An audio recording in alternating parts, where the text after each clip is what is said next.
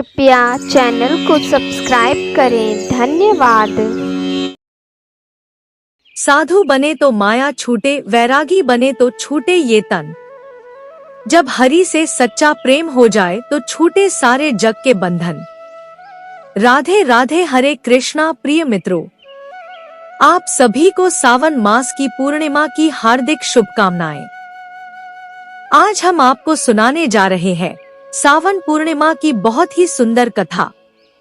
तो चलिए मित्रों, माता लक्ष्मी और श्री हरि विष्णु के चरण कमलों का ध्यान करते हुए सुनते हैं पूर्णिमा व्रत की पुण्य फलदायी कथा। एक समय की बात है, द्वापर युग में एक बार यशोदा मैया ने श्री कृष्ण से कहा, हे कृष्ण, तुम तो पूरे संसार के पालन करता हो। आज तुम मुझे कोई ऐसा व्रत बताओ जिसे करने से किसी भी स्त्री को विधवा होने का भय न रहे तथा इसकी कथा सुनने मात्र से मनुष्यों की सभी मनोकामनाएं पूर्ण हो जाएं।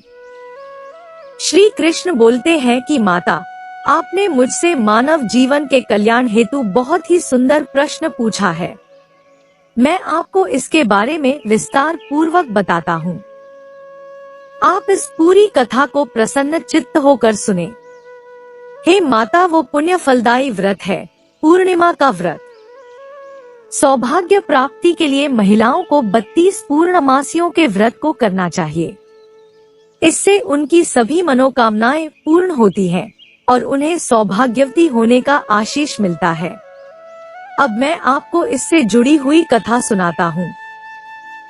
एक समय की बात है, इस भूमंडल पर एक अत्यंत प्रसिद्ध राजा चंद्रहास द्वारा पालित कांतिका नाम की एक नगरी थी। वहाँ पर धनेश्वर नाम का एक साहूकार और उसकी स्त्री रूपवती रहा करते थे। साहूकार का व्यापार दूर दूर तक फैला हुआ था। नगर के सभी लोग उस व्यापारी का सम्मान करते थे।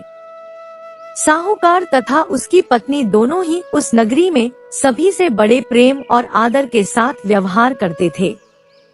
घर में धन धान्य आदि की कमी नहीं थी, लेकिन उनको एक बड़ा दुख था कि उनकी कोई संतान नहीं थी। इस कष्ट से वह अत्यंत दुखी रहते थे। एक दिन एक बड़ा तपस्वी योगी उस नगरी में आया। वह योगी उस ब्राह्मण के घर को छोड़कर अन्य सब घरों से भिक्षा लाकर भोजन किया करता था, लेकिन रूपवती से वह भिक्षा नहीं लिया करता था।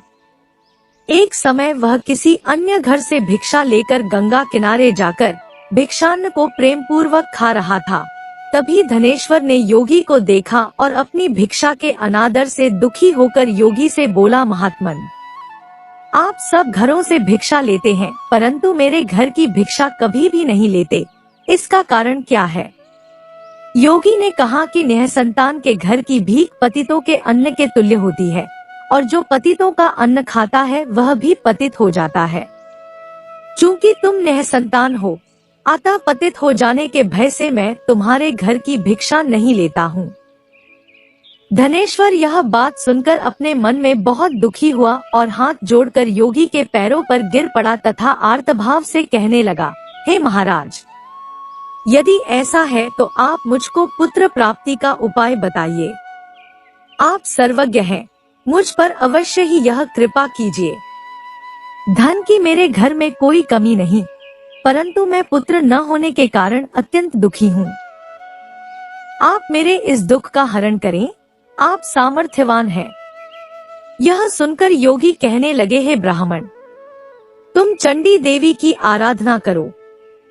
घर आकर उसने अपने स्त्री से सब वृत्तांत कहा और स्वयं तप के निमित्त वन में चला गया।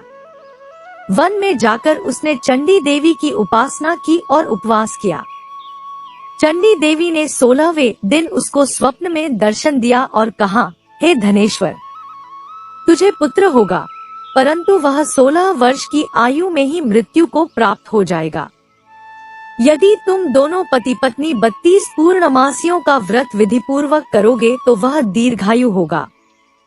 जितनी तुम्हारी सामर्थ्य हो उतने आटे के दिए बनाकर शिवजी का पूजन करना और पूर्णमासी का व्रत रखना। प्रातः काल होने पर इस स्थान के समीप ही तुम्हें एक आम का वृक्ष दिखाई देगा। उस पर चढ़कर एक फल तोड़कर शीघ्र अपने घर चले जाना और अपनी स्त्री से सब वृत्तांत कहना। जब वह श्री शंकर जी का ध्यान करके उस फल को खा लेगी, तब भगवान शंकर की कृपा से वह गर्भवती हो जाएगी। जब वह ब्राह्मण प्रातः काल उठा तो उसने उस स्थान के पास ही एक आम का वृक्ष देखा जिस पर एक आम का फल लगा हुआ था।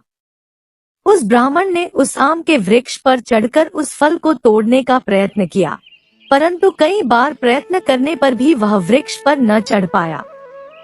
तब उस ब्राह्मण को बहुत चिंता हुई और वह विघ्न विनाशक श्री गणेश जी की वंदना करने लगा और बोला, हे दयानिधे, अपने भक्तों के विघ्नों का नाश करके उनके मंगल कार्य को करने वाले, दुष्टों का नाश करने वाले, रिद्धि सिद्धि को देने वाले, आप मुझ पर कृपा करके इतना बल दें कि मैं अपने मनोरथ को पूर्ण कर सकूं। इस प्रकार गणेश जी की प्रार्थना करने पर उनकी कृपा से धनेश्वर वृक्ष पर चढ़ गया और उसने एक अति सुंदर आम का फल देखा। उसने विचार किया कि जो वरदान से फल मिला था वह यह है और कोई फल दिखाई नहीं देता। उस धनेश्वर ब्राह्मण ने जल्दी से उस फल को तोड़कर अपनी स्त्री को लाकर दिया और उसकी स्त्री ने अपने पति के कथनानुसार उस फल को खा लिया। इसके पश्चात वह गर्भवती हो गई। देवी जी की असीम कृपा से उसे एक अत्यंत सुंदर पुत्र की प्राप्ति हुई, जिसका नाम उन्होंने देवीदास रखा। माता पिता के हर्ष और शोक के साथ वह बालक शुक्ल पक्ष के चंद्रमा की भांति बढ़ने लगा। भवानी की कृपा से वह बालक बहुत ही सुंदर, सुशील और पढ़ने में बहुत ही निपुण हो गया। चंडी देवी की आज्ञानुसार उसके माता पिता ने 32 पूर्णमासी का व्रत रखना प्रारंभ कर दिया था, जिससे उसका पुत्र दीर्घायु हो जाए। 16वां वर्ष लगते ही देवीदास के माता पिता को बड़ी चिंता हो गई कि कहीं उनके पुत्र की इस वर्ष मृत्यु न हो जाए। इसलिए उन्होंने अपने मन में विचार किया कि यदि यह दुर्घटना उनके सामने हो गई तो वे कैसे सहन कर सकेंगे। उन्होंने देवीदास के मामा को बुलाया और कहा कि हमारी इच्छा है कि देवीदास 1 वर्ष तक काशी में जाकर विद्याध्ययन करे और हम उसको अकेला भी नहीं छोड़ना चाहते, इसलिए साथ में तुम चले जाओ और 1 वर्ष के पश्चात इसको वापस लौटा लाना। सब प्रबंध करके उसके माता पिता ने काशी जाने के लिए देवीदास को एक घोड़े पर बैठाकर उसके मामा को उसके साथ विदा कर दिया। धनेश्वर ने अपनी पत्नी के साथ अपने पुत्र की मंगल कामना तथा दीर्घायु के लिए भगवती दुर्गा की आराधना और पूर्णमासियों का व्रत करना आरंभ कर दिया। इस प्रकार उन्होंने 32 पूर्णमासी का व्रत पूरा किया। कुछ समय पश्चात एक दिन वह दोनों मामा और भांजा मार्ग में रात्रि बिताने के लिए किसी ग्राम में ठहरे हुए थे। उस दिन उस गांव में एक ब्राह्मण की अत्यंत सुंदरी, सुशीला, विदुषी और गुणवती कन्या का विवाह होने वाला था। जिस धर्मशाला के अंदर वर और उसकी बारात ठहरी हुई थी, उसी धर्मशाला में देवीदास और उसके मामा भी ठहरे हुए थे। संयोगवश कन्या को तेल आदि चढ़ाकर मंडप आदि का कृत्य किया जा रहा था, लेकिन लग्न के समय वर को धनुर्वात मतलब एक वायु रोग जिसमें शरीर धनुष की तरह झुककर टेढ़ा हो जाता है हो गया। इस कारण वर के पिता ने अपने कुटुंबियों से परामर्श करके निश्चय किया कि यह देवीदास मेरे पुत्र जैसा ही सुंदर है, मैं इसके साथ ही लग्न करा देता हूँ और बाद में विवाह के अन्य कार्य मेरे लड़के के साथ हो जाएंगे। ऐसा सोचकर उन्होंने देवीदास के मामा से जाकर बोला कि तुम थोड़ी देर के लिए अपने भांजे को हमें दे दो, जिससे विवाह के लग्न के सारे कृत्य सुचारू रूप से हो सके। तब उसका मामा कहने लगा कि जो कुछ भी कन्यादान के समय वर को मिले वह सब हमें दे दिया जाए, तो मेरा भांजा इस बारात का दूल्हा बन जाएगा। यह बात वर के पिता ने स्वीकार कर ली और उसने अपने भांजे को वर बनने के लिए भेज दिया और उसके साथ सब विवाह कार्य रात्रि में विधि पूर्वक संपन्न हो गया। पत्नी के साथ वह भोजन न कर सका और अपने मन में सोचने लगा कि न जाने यह कैसी स्त्री होगी। वह एकांत में इसी सोच में पड़ गया तथा उसकी आंखों में आंसू आ गए। तब वधू ने पूछा कि क्या बात है, आप इतने उदासीन व दुखी क्यों हो रहे हैं। तब उसने सब बातें जो वर के पिता व उसके मामा में हुई थी उसको बतला दी। तब कन्या कहने लगी कि यह ब्रह्मा विवाह के विपरीत कैसे हो सकता है। देव, ब्राह्मण और अग्नि के सामने मैंने आपको ही अपना पति बनाया है, इसलिए आप ही मेरे पति हैं। मैं आपकी ही पत्नी रहूंगी, किसी अन्य की कदापि नहीं। तब देवीदास ने कहा, ऐसा मत करिए, क्योंकि मेरी आयु बहुत कम है। मेरे पश्चात आपकी क्या गति होगी, इन बातों को अच्छी तरह विचार लो। परंतु वह दृढ़ विचार वाली स्त्री थी। बोली कि जो आपकी गति होगी वही मेरी गति होगी। हे स्वामी, आप उठिए और भोजन करिए, आप निश्चय ही भूखे होंगे। इसके बाद देवीदास और उसकी पत्नी दोनों ने भोजन किया तथा शेष रात्रि वे सोते रहे। प्रातःकाल देवीदास ने अपनी पत्नी को 3 नगों से जड़ी हुई एक अंगूठी दी, एक रुमाल दिया और बोला, हे प्रिय, इसे लो और संकेत समझकर स्थिर चित्त हो जाओ। मेरा मरण और जीवन जानने के लिए एक पुष्पवाटिका बना लो। उसमें सुगंधी वाली एक नवमल्लिका लगा लो। उसको प्रतिदिन जल से सींचा करो और आनंद के साथ खेलो कूदो तथा उत्सव मनाओ। जिस समय और जिस दिन मेरा प्राणांत होगा, ये फूल सूख जाएंगे और जब ये फिर हरे हो जाएं, तो जान लेना कि मैं जीवित हूँ।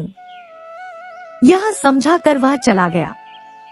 प्रातः काल होते ही वहाँ पर गाजे बाजे बजने लगे और जिस समय विवाह के कार्य समाप्त करने के लिए वर तथा सब बाराती मंडप में आए तो कन्या ने वर को भली प्रकार से देखकर अपने पिता से कहा कि यह मेरा पति नहीं है। मेरा पति वही है जिसके साथ सत्र में मेरा पाणी ग्रहण हुआ था। इसके साथ मेरा विवाह नहीं हुआ है। यदि यह वही है तो बताए कि मैंने इसको क्या दिया। मधुपर्क और कन्यादान के समय जो मैंने भूषणादि दिए थे उन्हें दिखाएं तथा रात में मैंने क्या गुप्त बातें कही थी वह सब सुनाए। पिता ने उसके कथनानुसार वर को बुलवाया गया। कन्या की यह सब बातें सुनकर वह कहने लगा कि मैं कुछ नहीं जानता। इसके पश्चात लज्जित होकर वह वहां से चला गया और सारी बारात भी अपमानित होकर वहां से लौट गई। भगवान श्री कृष्ण बोले, हे माता, इस प्रकार देवीदास काशी विद्याध्ययन के लिए चला गया। जब कुछ समय बीत गया तो काल से प्रेरित होकर एक सर्प रात्रि के समय उसको डसने के लिए वहां पर आया। उस विषधर के प्रभाव से उसके शयन का स्थान चारों ओर से विष से विषैला हो गया, परंतु व्रत के प्रभाव से उसको काट न पाया, क्योंकि पहले ही उसकी माता ने 32 पूर्णिमा का व्रत कर रखा था। इसके बाद मध्याह्न के समय स्वयं काल वहां पर आया और उसके शरीर से उसके प्राणों को निकालने का प्रयत्न करने लगा, जिससे वह मूर्छित होकर पृथ्वी पर गिर पड़ा। भगवान की कृपा से उसी समय पार्वती जी के साथ भगवान शंकर वहां पर आ गए। उसको मूर्छित दशा में देखकर पार्वती जी ने भगवान शंकर से प्रार्थना की कि हे प्रभु, इस बालक की माता ने पहले 32 पूर्णिमा का व्रत किया था, जिसके प्रभाव से हे भगवान आप इसको प्राण दान दे। भवानी के कहने पर भक्तवत्सल भगवान शिव ने उसको प्राण दान दे दिया। इस व्रत के प्रभाव से काल को भी पीछे हटना पड़ा और देवीदास स्वस्थ होकर बैठ गया। उधर उसकी स्त्री उसके काल की प्रतीक्षा किया करती थी। जब उसने देखा कि उस पुष्प वाटिका में पत्र पुष्प कुछ भी नहीं रहे तो उसको अत्यंत आश्चर्य हुआ, और जब वह वैसे ही हरी भरी हो गई तो वह जान गई कि वह जीवित हो गए हैं। यह देखकर वह बहुत प्रसन्न मन से अपने पिता के कहने लगी कि पिताजी, मेरे पति जीवित हैं, आप उनको ढूंढना शुरू करें। जब 16वां वर्ष व्यतीत हो गया तो देवीदास भी अपने मामा के साथ काशी से चल दिया। इधर उसके ससुर उसे ढूंढने के लिए अपने घर से जाने वाले ही थे कि वह दोनों मामा भांजा वहां पर आ गए। देवीदास को आता देखकर उसका ससुर बड़ी प्रसन्नता के साथ अपने घर में ले आया। उस समय नगर के निवासी भी वहां इकट्ठे हो गए और सबने निश्चय किया कि अवश्य ही इसी बालक के साथ इस कन्या का विवाह हुआ था। उस बालक को जब कन्या ने देखा तो पहचान लिया और कहा कि यह तो वही है जो संकेत करके गया था। तदुपरांत सभी कहने लगे कि भला हुआ जो यह आ गया, और सब नगरवासियों ने आनंद मनाया। देवीदास इसके बाद अपनी पत्नी और मामा को लेकर वहां से अपने माता पिता के पास आने को चल दिया। उसके ससुर ने भी उसे बहुत सारा धन और दहेज दिया। इधर साहूकार और उसकी पत्नी भूखे प्यासे रहकर बेटे की प्रतीक्षा कर रहे थे। उन्होंने प्रण कर रखा था कि यदि उन्हें अपने बेटे की मृत्यु का समाचार मिला तो वह भी प्राण त्याग देंगे। उसी रात को भगवान शिव ने साहूकार के स्वप्न में आकर कहा कि साहूकार, मैं तेरी भक्ति और सच्ची श्रद्धा से प्रसन्न होकर तेरे पुत्र को लंबी आयु प्रदान की है। जब साहूकार का पुत्र अपने घर की तरफ चल रहा था तो उसके माता पिता को लोगों ने खबर कर दी और कहा कि तुम्हारा पुत्र देवीदास अपनी पत्नी और मामा के साथ आ रहा है। ऐसा समाचार सुनकर पहले तो उन्हें विश्वास नहीं हुआ, लेकिन जब देवीदास आया और उसने अपने माता पिता के पैर छुए तो देवीदास के माता पिता ने उनका स्वागत किया, आरती उतारी और दोनों को अपने सीने से लगा लिया। दोनों के आने की खुशी में धनेश्वर ने बहुत दान दक्षिणा ब्राह्मणों को दी। श्री कृष्ण जी कहने लगे कि इस प्रकार धनेश्वर 32 पूर्णिमाओं के व्रत के प्रभाव से पुत्रवान हो गया और जो भी भक्त इस व्रत को श्रद्धा पूर्वक और कथा का श्रवण करेगा उसका सदा ही कल्याण होगा। तो बोलिए मित्रों, श्रीमन नारायण नारायण हरि हरि, श्रीमन नारायण नारायण हरि हरि।